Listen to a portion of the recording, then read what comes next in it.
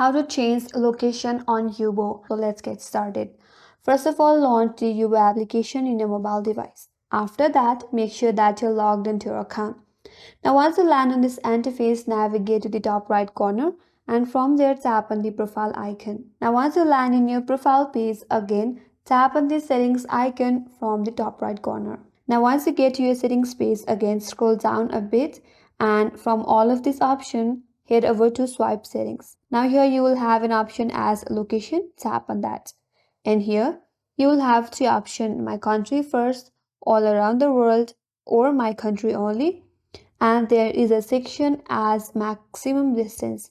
So you can either increase or decrease the distance with the help of this slider, and it says we will show you profile that are further away when no one is within this distance. So in this space you will be able to change the location on Yubo. And that's all for today's video. Hope this video helped you, and if you're new to our channel, make sure to subscribe, like, comment and hit that notification bell icon. Thanks for watching and I will see you on next video.